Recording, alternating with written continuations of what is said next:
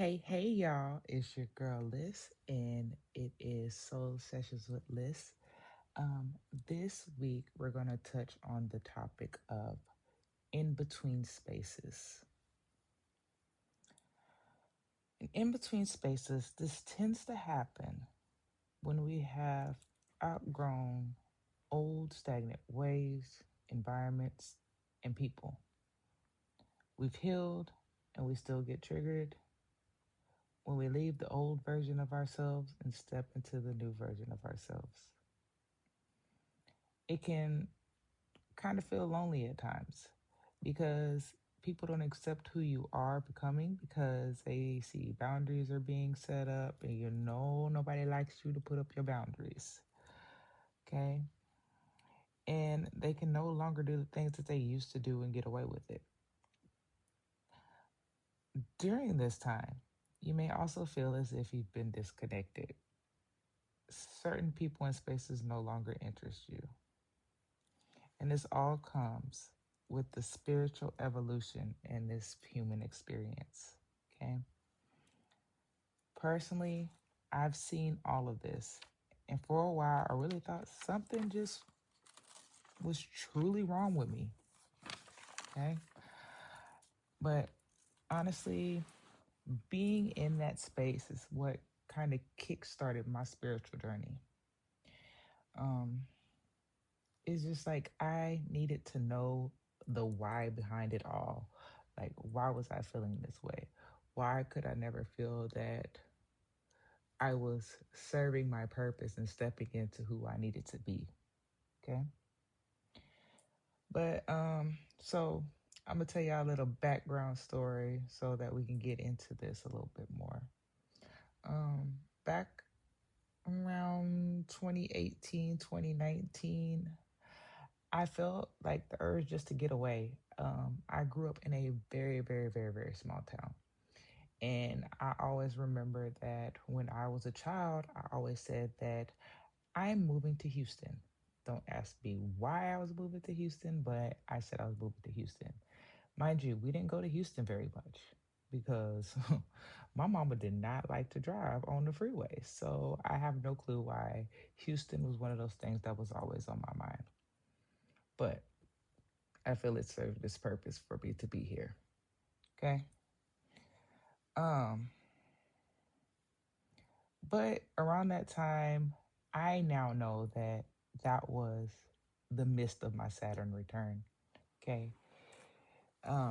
For those who may not be astrology proficient or not really know what a Saturn return is, let me explain it a bit. The Saturn return is when Saturn returns to the place that it was in your natal chart. My Saturn is in Capricorn. So from like 2017 to 2020, Saturn went back into Capricorn. So this kind of explains the whole gist of why I just was like, I need to up and move. Like it really wasn't planned. Like last minute, everything I moved. Okay.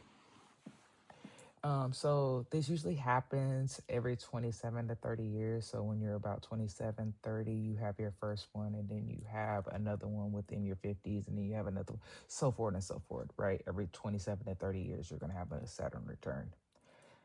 The first one is the hardest. The second one's not so hard. I don't really know too much about the third one because I've never really heard anybody say too much about their third one. Okay. But during this time, things get a bit rocky. Life changes a bit. You do major things like I did. You back up and move. You make career changes. All that stuff like that happens during your Saturn return. And like I said, for me, it was not any different. That's when I just decided to have wild hair up my ass and move away from everybody and be by myself in solitude. Okay. Um, so I took a promotion and I moved to Houston, Texas, the right? Okay, so that's where I'm at now. Um, but once I got here, it wasn't like anything really changed. And I was like, that's weird. I just knew everything was going to be in alignment. Everything was going to be perfect once I got here. And boy, was I wrong. Very, very, very wrong. Okay. So I started having all kinds of issues. And then I got into this area that I didn't understand in my life, which I like to call the in between space. Okay. That in between space. Like I felt like nothing was going right. I was like, I moved here to fulfill my purpose and nothing is happening. Uh, it's just everything just did not seem to be going how I wanted it to go. Like I thought this was going to be smooth sailing, and it was nothing. It was nothing close to smooth sailing. Okay. So during that time, remember, we in 2019, boom, COVID hits, right? I'm stuck in the house. So I'm just going to work, home, work, home, work, home. So I'm not really enjoying anything because there's nothing to do because the world literally shut down. Sometimes I was like, man, maybe I caused a glitch in the matrix or something by moving up here. But anywho's, all right. During that time though, I began to read self-help books, and there was one in particular that started it all. Okay.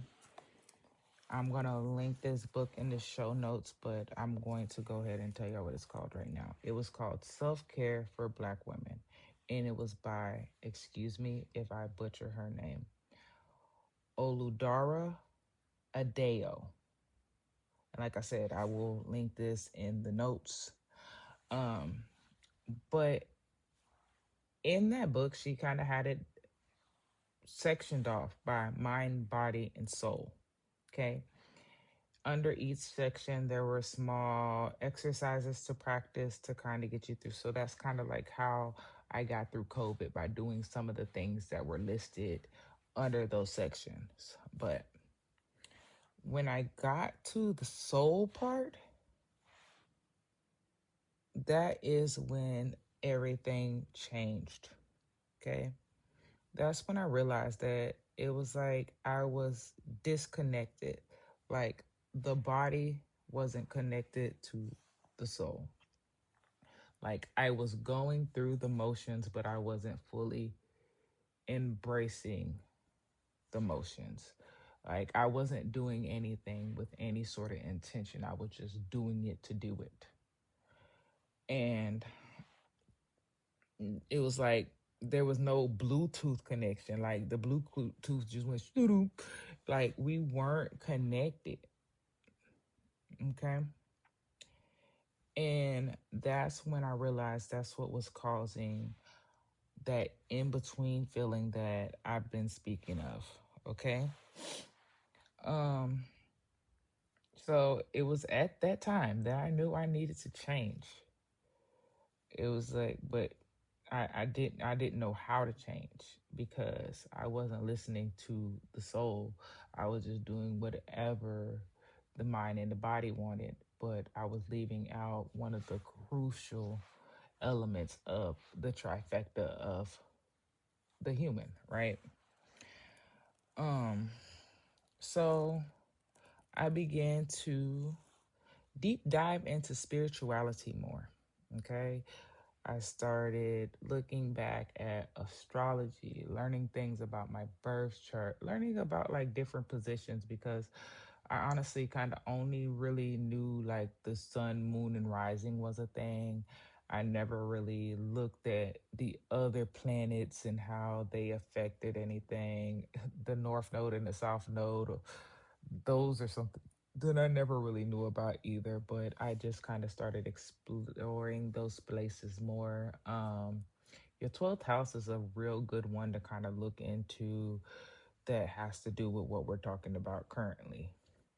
I also looked into human design. That's when I found out that I was a 4-6 manifester, and it really kind of changed my life because I was like, oh, this explains why a lot of things were going on. And I could never really pinpoint my finger on it, but like human design is like really, really your blueprint. And then I also started looking at like ATRs, trying to look back at how we used to practice before we were taught how to practice. Okay. Um, you name it, and most likely I've explored it at one point in my life. I'm not gonna lie to you. Um,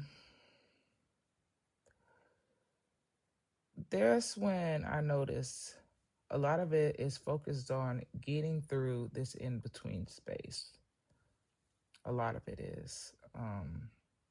But human design, it kind of helps you get through the deconditioning because believe it or not, people tell us how we need to be. We don't go about life the way we knew it before people interacted with us. Because once the people interacted with us, it kind of changed and shaped and molded us into a different version of ourselves than who we were meant to be.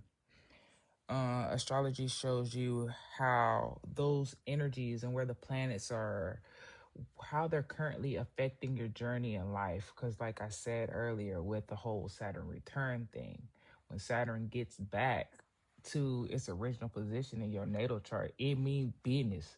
Like it's standing on business. It was like it's the planet of discipline and structure. It's like we got to get this together. That's what Saturn says when it comes back in its Saturn turn is get it together, sis. So that's kind of what we did with that. Then with the ATRs, it was more so like getting rooted back to the creator. Like I said, the creator before we were taught how the creator should be. Um, and having that connection, getting back to how things were originally, I've learned that God doesn't want bad things to happen to you. I want you to get that out your head. Okay. If anything happens, God is trying to teach you something. Okay. But okay. And I use the term God as because that's how I use it, but to use spirit source, however you would like to name this entity. Okay. But that's all we want when we talk about like the creator. Okay. And then y'all, your healing journey is not like a linear experience. It's a cycle. It's a cycle that takes you up and down, round and round, loop de loop. Okay. You'll have your ups and you'll have your downs. Like it's literally a roller coaster in life. Okay.